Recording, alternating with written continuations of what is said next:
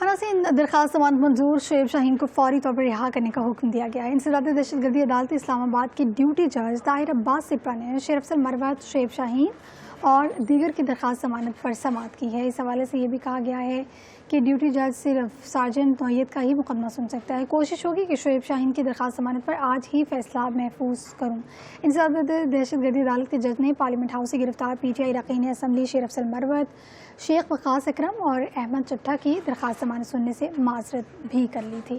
عناصر درخواست ضمانت منظور، شعیب شاہین کو فوری طور پر رہا کرنے کا حکم دیا گیا ہے۔ انسداد دہشت گردی عدالت اسلام آباد کے ڈیوٹی جج طاہر عباس سپرا نے شیر افضل مروت، شعیب شاہین اور دیگر کی درخواست ضمانت پر سماعت کی ہے۔ اس حوالے سے یہ بھی کہا گیا ہے کہ ڈیوٹی جج صرف سارجنٹ نوعیت کا ہی مقدمہ سن سکتا ہے۔ کوشش ہوگی کہ شعیب شاہین کی درخواست ضمانت پر آج ہی فیصلہ محفوظ کروں۔